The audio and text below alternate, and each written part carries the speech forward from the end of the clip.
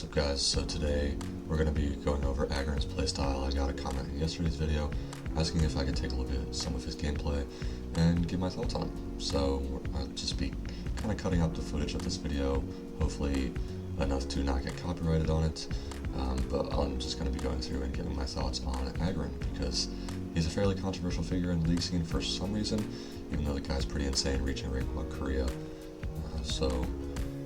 Today we will figure out why he is so good and why he's bashed on so much.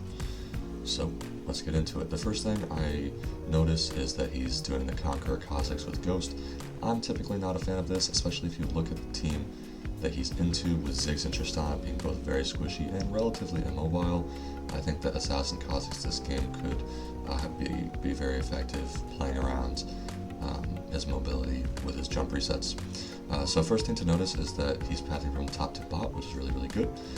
Poppy Malphite lane should just be ignored and just nothing's going to be happening in that lane. He does a basic full clear, finished at 330. Here he's going to match Jarvan. I would just do Scuttle here. Nothing really should come of this, but they're going to go for it anyway. I don't really know what's happening here. It's pretty troll for him to be going for this. Jarvan's way stronger early and his bot lane has no HP. I definitely would have just done a Scuttle and then ran straight through mid and probably try to get double Scuttle. Split up in the top lane. This is really troll from him again. I don't know why he's doing this. We know that Jarvan's down here and we can see Tristana roaming down. This is super troll. Even if they kill the Rel here, it's going to end up being a loss because Tristana is here and Akali is not. So that was really, really poor awareness on his part. Absolutely troll play that should not have happened. So I think that's, so far I'm not super impressed. He doesn't seem to have fantastic awareness of what is happening on the map.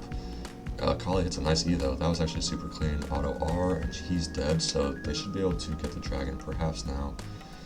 Assuming Akali can live, which she can, it seems. Well, unless she does that. And Rel is back too, but she should be out. He has ghosted. I really don't know what he's doing. I mean, he's ghosted, but yeah, Ziggs can just flash out. I mean, this is all just really bad. This is all really bad, because as soon as the Jarvan died, he should have just ran straight to the dragon. There should be no champion-on-champion interaction there. The dragon should have been dead 30 seconds ago, and for some reason it's not. The fact that they fought there, instead of just doing dragon straight up, gives Jarvan a chance to get back. And now they're doing this again while Rel can just walk out, and again giving Jarvan time to get here is really, really messy.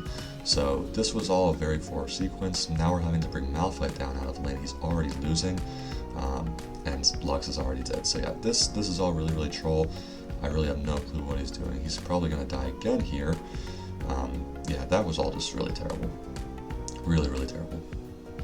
We'll see if he can do anything here. He is ghosted, and it looks like Rel is not really paying attention, so he will pick up a really big shutdown on the Ziggs. But Jarvan here, nice flash by Ezreal, avoiding the Cataclysm damage.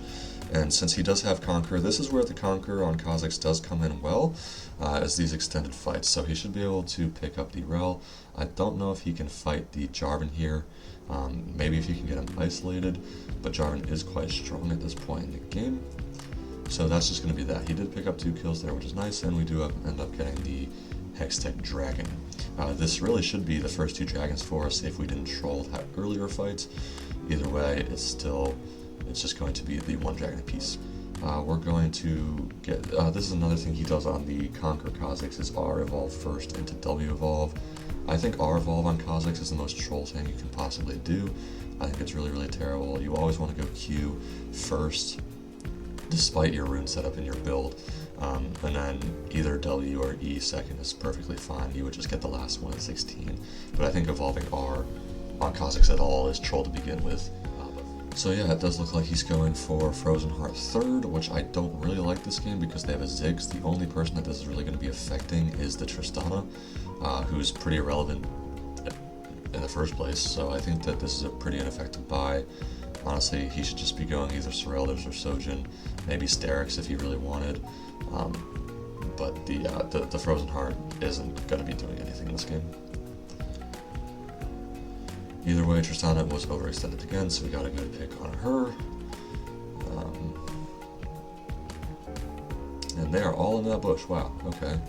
Ezreal kind of trolling, but there's no follow-up. Yeah, Ziggs, again, I don't know what this guy's doing. Zero clue on, yeah, this guy's lost for sure. But now since Ziggs is dead, they can just run forward without really any threat of dying. Which I think he does have his Frozen Heart, which again, I think is a really bad purchase. Like, why not just go Spear or Sterix? It's really confusing to me.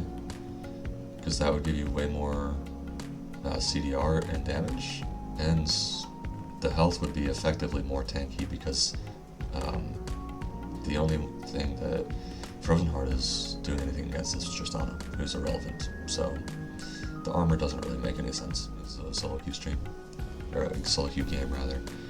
Malphite is kind of dying, but he is Malphite, so he's going to live for a while. Really nice Ezreal ultimate as well.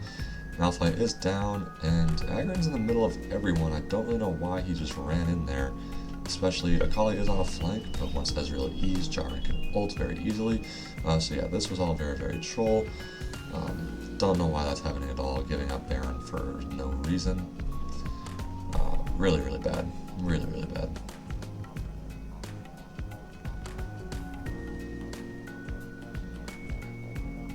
Okay, Akali going in, trying to 1v5, misses her E, gets grounded by the Poppy, I believe, and is just going to pretty much insta-die. That's effectively a death. She has to recall.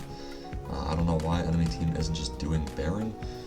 At this point, when they're this behind, they should really just be doing the Baron after they get 3 kills like this, regardless of whether or not the enemy jungler's up. I don't know what Agurin is doing right now. This is super troll. Like, for really no reason.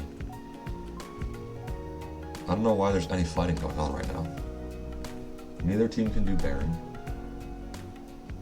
I mean, Malphite's just kind of giga chatting though. This is all very messy gameplay, and I'm not really enjoying watching this, I'm not gonna lie. Very, very messy. And now Malphite's dead again. So Malphite, this entire sequence started with Malphite getting picked in the river, and it ends with him dying again. So this is all really, really poor gameplay. TP flank from Malphite. This should be the end of the game here, as Ziggs is now dead. And assuming they kill this Poppy, it should be the end of the game. And there's that. Akali R2 can go onto the Trist. Nice E, auto Q, and yep, that's going to be the end of the game. So overall, what I got from this game is that Agurin doesn't have very good early game decision making and awareness, but once it hits mid game and he can start to get his items online, he has a lot of confidence in his playstyle and his character's limits. So I think that you know, it's understandable why he's so good, why he's reached such high ranks. But honestly, I was not impressed at all with his early game. But that's going to be that. Thanks for watching if you made it this far, and I will see you guys in the next one.